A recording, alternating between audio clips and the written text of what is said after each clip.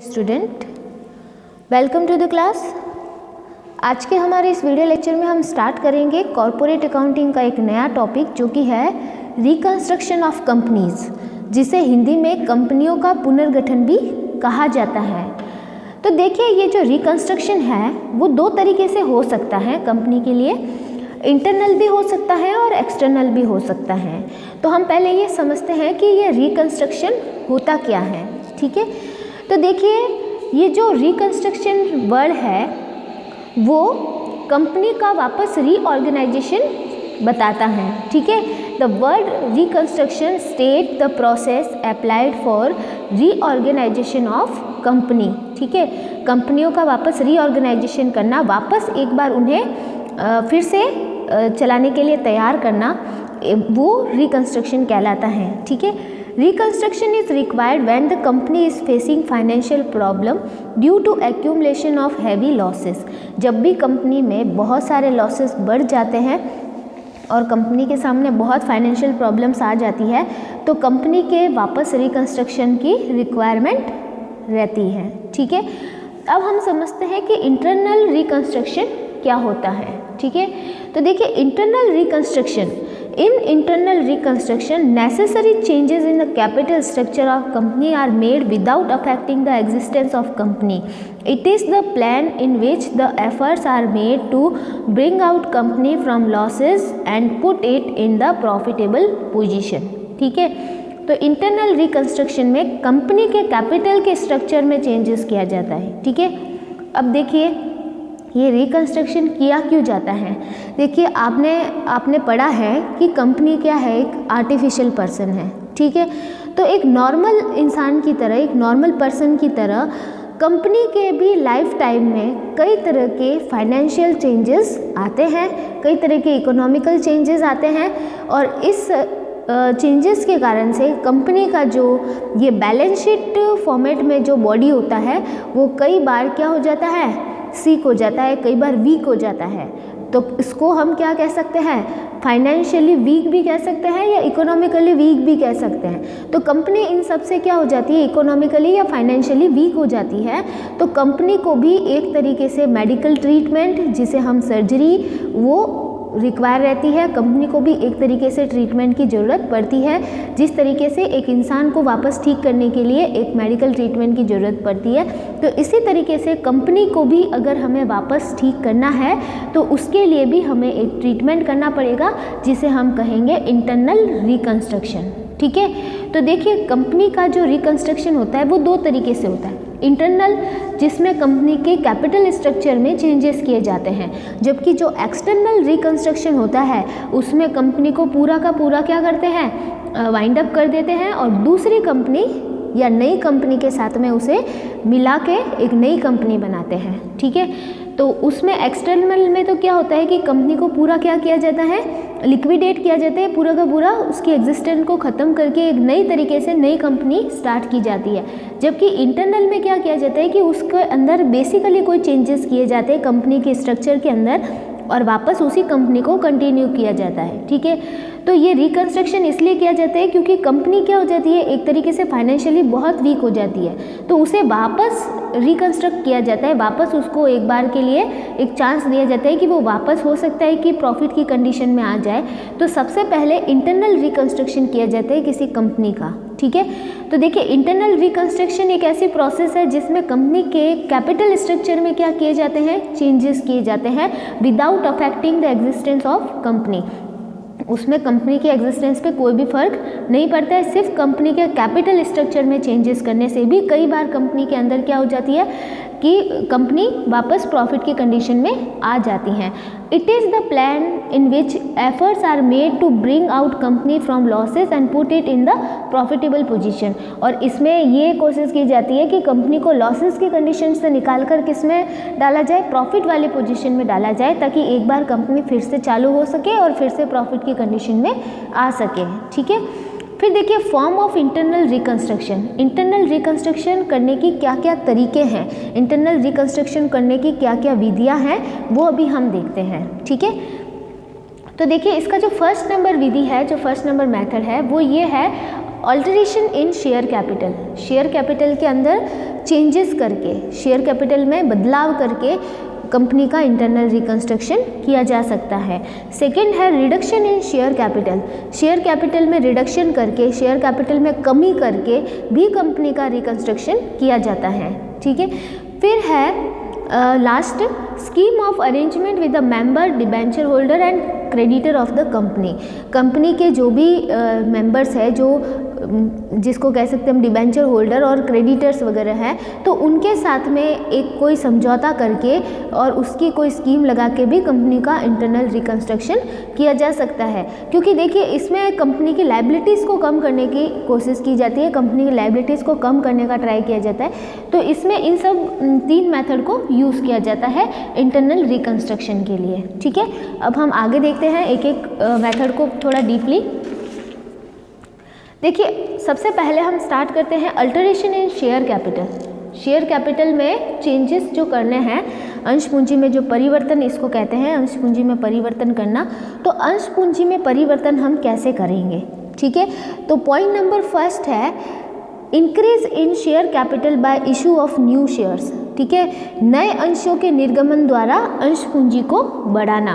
तो नए शेयर को हम इशू करेंगे और शेयर कैपिटल को बढ़ा भी सकते हैं। ठीक है, क्योंकि शेयर कैपिटल में चेंजेस का मतलब सिर्फ ये नहीं है कि उसको कम करना, हम शेयर कैपिटल को बढ़ा सकते हैं, हम शेयर कैपिटल को कम कर सकते हैं, दोनों चीज़ें चेंजेस में आ रही है। अब देखिए कई बार क्या होता है कि कंपनी की ऑथराइज कैपिटल होती है। ठीक है, तो कंपनी ने अगर अपनी ऑथराइज कैपिटल तक शेयर इशू नहीं किए हैं, जैसे सपोजिवली कंपनी की ऑथराइज कैपिटल है 1 लाख शेयर्स, ठीक है, 1 लाख शेयर्स में से कंपनी ने अब तक सिर्फ 80,000 शेयर्स इशू कर रखे हैं, तो 20,000 शेयर अभी भी बाकी है। तो कंपनी चाहे तो वो जो 20,000 शेयर हैं वो इशू कर सकती है, ठीक है, शेयर कैपिटल को इंक्रीज करने के लिए। लेकिन कई बार क्या होता है कि कंपनी ऑलरेडी अपनी ऑथराइज कैपिटल इशू कर चुकी है, अब कंपनी के पास कोई भी शेयर इशू करने के लिए बाकी नहीं बचे हैं, क्योंकि ये रूल होता है कि कंपनी की जितनी ऑथराइज कैपिटल होती है उससे ज़्यादा कैपिटल कंपनी इशू नहीं कर सकती।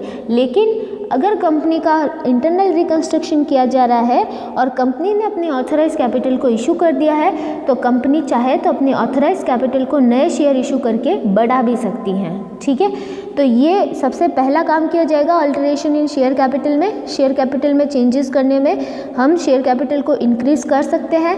फिर सेकंड है कंसोलिडेशन ऑफ शेयर्स, हम शेयर का कंसोलिडेशन कर सकते हैं। कंसोलिडेशन का मतलब होगा अंशों का समेकन कर सकते हैं। ठीक है, अब देखिए ये होता क्या है, when the shares of small denominations of the company are change into the share of big denomination, it is called the consolidation of share.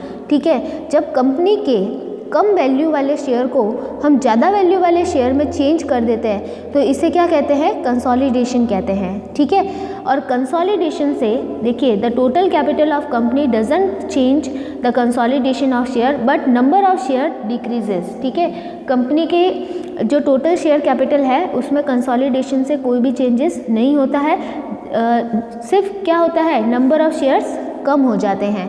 तो अब देखिए मैं बता दूँ, जैसे कंपनी के पास शेयर्स थे कितने,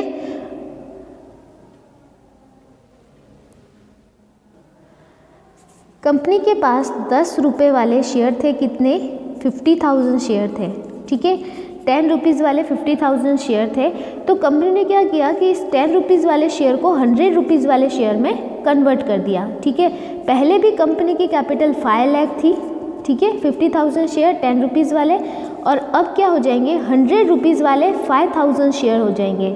ठीक है, कितने शेयर हो जाएंगे, 5,000 शेयर हो जाएंगे। अब भी कंपनी की कैपिटल कितनी रहेगी, 5 लाख रहेगी। तो ये जो कंसोलिडेशन होता है शेयर का, इससे कंपनी के टोटल शेयर कैपिटल में कोई भी डिफरेंट नहीं होता है, कोई भी चेंजेस नहीं होता है। कंपनी के सिर्फ नंबर ऑफ शेयर जो होते हैं वो कम हो जाते हैं। पहले स्मॉल डिनोमिनेशन था तो नंबर ऑफ शेयर ज़्यादा थे, और अब बिग डिनोमिनेशन हुआ है तो नंबर ऑफ शेयर क्या हो जाएंगे, कम हो जाएंगे। ठीक है, फिर चलते हैं नेक्स्ट मेथड है सब डिवीज़न ऑफ शेयर। हम शेयर का सब डिवीज़न कर सकते हैं, जिसे हम कहते हैं अंशों का उप विभाजन। ठीक है, when the share of company When the share of company are subdivided in share of small value, it is known as the subdivision of share। ठीक है, जब कंपनी अपने बिग वैल्यू वाले या बिग डिनोमिनेशन जैसे कि 100 रुपीज़ वाले 5000 share थे, उसको अगर स्मॉल डिनोमिनेशन में चेंज कर देती है तो वो 50,000 शेयर हो जाएंगे। इसे हम क्या कहेंगे? सब डिवीज़न ऑफ शेयर, जिसमें बिग डिनोमिनेशन वाले शेयर को स्मॉल डिनोमिनेशन वाले शेयर में चेंज किया जाता है, जबकि कंसोलिडेशन में क्या किया जाता है? स्मॉल डिनोमिनेशन वाले शेयर को बिग डिनोमिनेशन वाले शेयर में चेंज किया जाता है। ठीक है, तो सब डिवीज़न में बिग डिनोमिनेशन वाले को स्मॉल डिनोमिनेशन में चेंज किया जाता है, तो इससे क्या होता है कि नंबर ऑफ शेयर क्या हो जाते हैं? इंक्रीज हो जाते हैं, जबकि कंपनी की टोटल शेयर कैपिटल में कोई भी चेंजेस नहीं होता है। ठीक है, ये है सब डिवीज़न ऑफ शेयर। फिर चलते हैं next, conversion of share into stock और स्टॉक इनटू शेयर। कंपनी चाहे तो अपने शेयर को स्टॉक में और स्टॉक को शेयर में कन्वर्ट कर सकती है। ये भी शेयर कैपिटल में अल्टरेशन का क्या है? एक मेथड है। फिर है कैंसिलेशन ऑफ अनइशूड शेयर। कई बार कंपनी चाहे तो अपनी शेयर कैपिटल को कम करने के लिए जो अनइशूड शेयर है, जिसे कंपनी ने अब तक इशू नहीं किया है, उसे चाहे तो वो कैंसिल कर सकती है। ठीक है, फिर देखिए नेक्स्ट है second method, reduction in share capital. Company के इंटरनल रिकंस्ट्रक्शन का सेकेंड फॉर्म है रिडक्शन इन शेयर कैपिटल।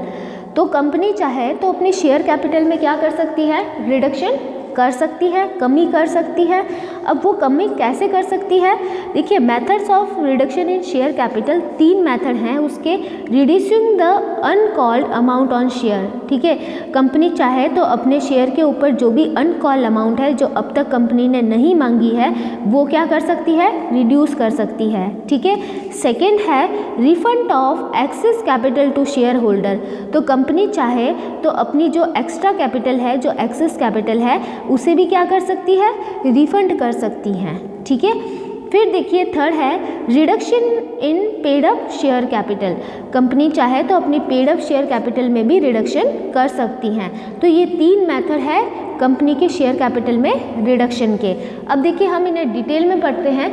जो फर्स्ट मेथड है reducing the uncalled amount on shares. तो कंपनी जब भी अपने, जैसे सपोजिवली कंपनी का शेयर है 100 रुपीज़ का और अब तक कंपनी ने उस पर 70 रुपीज़ कॉल कर दिया है। ठीक है, 70 रुपीज़ मांग लिया है, तो कंपनी चाहे तो जो अनकॉल अमाउंट है 30 रुपये, उसे क्या कर सकती है?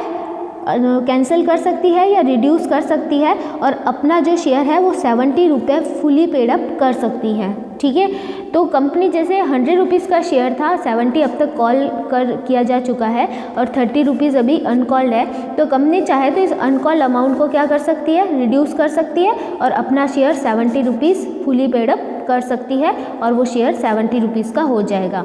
इसके लिए आपको कौन सी एंट्री पास करनी है? Share capital account debit to share capital. ठीक है, अब ओल्ड डिनोमिनेशन क्या था? 100 रुपीज़ वाला था और न्यू डिनोमिनेशन हो जाएगा 70 रुपीज़ वाला। ठीक है, ये एंट्री उस समय आपको करनी है। फिर देखिए नेक्स्ट है refund of excess capital to share holder. Company चाहे तो अपनी एक्सेस कैपिटल को वापस शेयर होल्डर को क्या कर सकती है? रिफंड कर सकती है। ठीक है, तो देखिए इसमें भी 2 कंडीशंस रहेगी। Condition number first, when denomination of share is change. जब शेयर का डिनोमिनेशन चेंज किया जाए, ठीक है, तब कंपनी में देखो क्या एंट्री पास की जाएगी? Share capital old denomination debit to share capital new denomination और टू सन्ड्री शेयर होल्डर्स। जैसे अब कंपनी का शेयर था, सपोजिवली कंपनी अपनी कैपिटल को कम करना चाह रही है। फॉर एग्जांपल देखिए कंपनी के पास 10 रुपीज़ वाले शेयर थे। ठीक है, और कंपनी जो है वो एक्सेस कैपिटल रिड्यूस करना चाहती है, रिफंड करना चाहती है, तो कंपनी इस शेयर को 8 रुपीज़ वाला कर सकती है। तो इसका जो ओल्ड डिनोमिनेशन रहेगा वो 10 और जो न्यू डिनोमिनेशन है वो 8 और 2 रुपीज़ के हिसाब से वापस शेयर होल्डर को एक्सेस अमाउंट पेड कर दी जाएगी। ठीक है, तो ये इस तरीके से एंट्री रहेगी। फिर शेयर होल्डर को पेमेंट करने की एंट्री रहेगी sundry share holder account debit to bank, ठीक है, और 2 रुपये के हिसाब से उन शेयर होल्डर को पेमेंट कर देंगे। इसमें क्या किया है हमने, शेयर का डिनोमिनेशन चेंज किया है। पहले कंपनी के शेयर 10 रुपये के थे, अब 8 रुपीज़ वाले हो जाएंगे, ठीक है, और 2 रुपीज़ के हिसाब से एक्सेस अमाउंट शेयर होल्डर को वापस पेड कर दी है।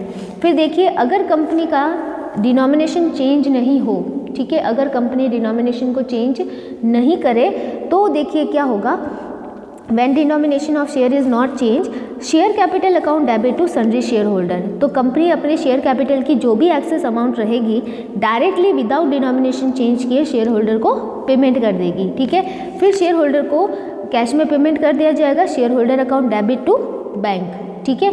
तो ये एंट्री रहेगी जब डिनोमिनेशन चेंज नहीं किया जाएगा। तो ये रिडक्शन इन शेयर कैपिटल के हमने 2 मेथड पढ़ लिए हैं, ठीक है। एक तो हमने पढ़ा है अनकॉल अमाउंट को क्या करना, कैंसिल करना, और सेकेंड हमने पढ़ा है कि एक्सेस अमाउंट वापस शेयर होल्डर को रिफंड कर देना। अब एक जो है reduction in share capital, reduction in paid up share capital, वो हम नेक्स्ट वीडियो लेक्चर के अंदर डिस्कस करेंगे। Okay, thank you.